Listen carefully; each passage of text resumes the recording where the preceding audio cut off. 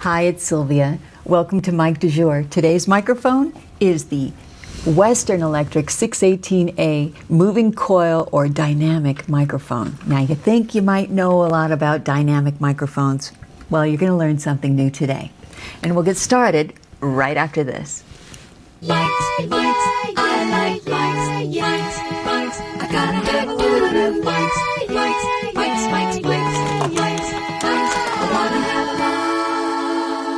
And now it's time for Mic Du Jour. So we start in 1877, and this is only a year after Alexander Graham Bell invented the telephone.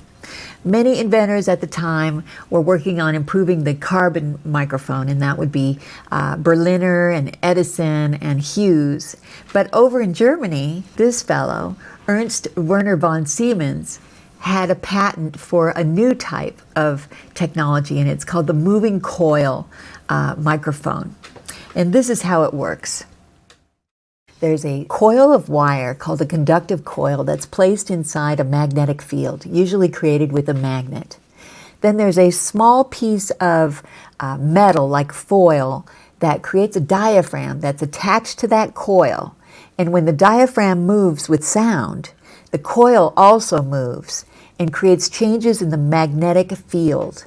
Those changes create a small electric charge that then goes down the electrical leads to an amplifier, and that is amplified into an audio signal. So von Siemens had the patent in 1877, but it wasn't until the 20s that the moving coil microphone actually came into use. And that was when Captain H.J. Round at the Marconi Labs created something called the magnetophone.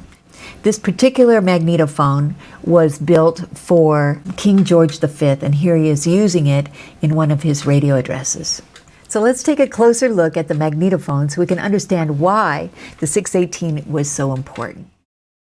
Here's a magnetophone, and you can see it's a moving coil microphone. It has the coil of copper wire, and it's set into this massive magnet. The magnet is so large that it's nearly impossible for me to actually carry this mic. I needed help to just bring it over here to this table. It is so heavy. Because it's so heavy, it's just not practical at all. So in steps the Western Electric 618A, and this mic was a revolution in broadcasting. For one thing, it was a lot smaller and lighter than the magnetophone. Look, I can pick it up with one hand. Big improvement. Also, it was impervious to weather and humidity, and politicians loved this mic. Now, if you look at photos of Herbert Hoover, the president in 1929, you can see he's using these carbon microphones like this one, and he had to have his voice very close to it in order to be understood. But as soon as President Roosevelt came in, FDR started using new technology. He used ribbons and condensers, and then as soon as these dynamic mics came in, the moving coil, the 618, well, pretty soon they replaced all of the mics. Soon he was only using 618s.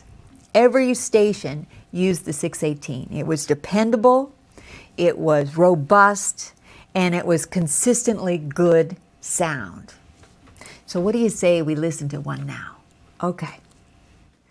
All right, I have the 618 here on a stand, and I've got it patched into the Focusrite ISA1 mic preamplifier. No need for any phantom power. And I have it patched in. Now we're listening to my lavalier, but I'm going to turn down the lavalier and turn up the 618 so you can hear it. And let me move cameras over here. Okay. Turning up the 618. Hey, that sounds pretty good. How about that? Now, I can be far away from the mic and it still picks up my voice. And I can be close to the mic and it's still consistently good. I can be over here on this side. I can be over here on this side. And you can always hear what I'm saying. It's a beautiful speech mic. Well, no wonder the politicians would love this mic, because it never would obscure their face, and you could be really off axis and still be understood by the audience. Well, this microphone was so popular that it was copied by every manufacturer. Everyone had a 618 lookalike. Just look at all these copycats. There's mics by Vitavox, by Webster, Universal, RCA, Turner, and Lustraphone. Everybody had a copy. Well, there's nothing better than the real thing, the Western Electric 618A. And that's all we have for today. Join me for another episode of Mic Du Jour. And come visit me at my website, sylviamassy.com. Until we meet again, I hope all your recordings are adventures. See you later. Mic Du Jour is brought to you by your friends at these fine companies. Do do do, yeah, yeah, yeah, yeah, yeah.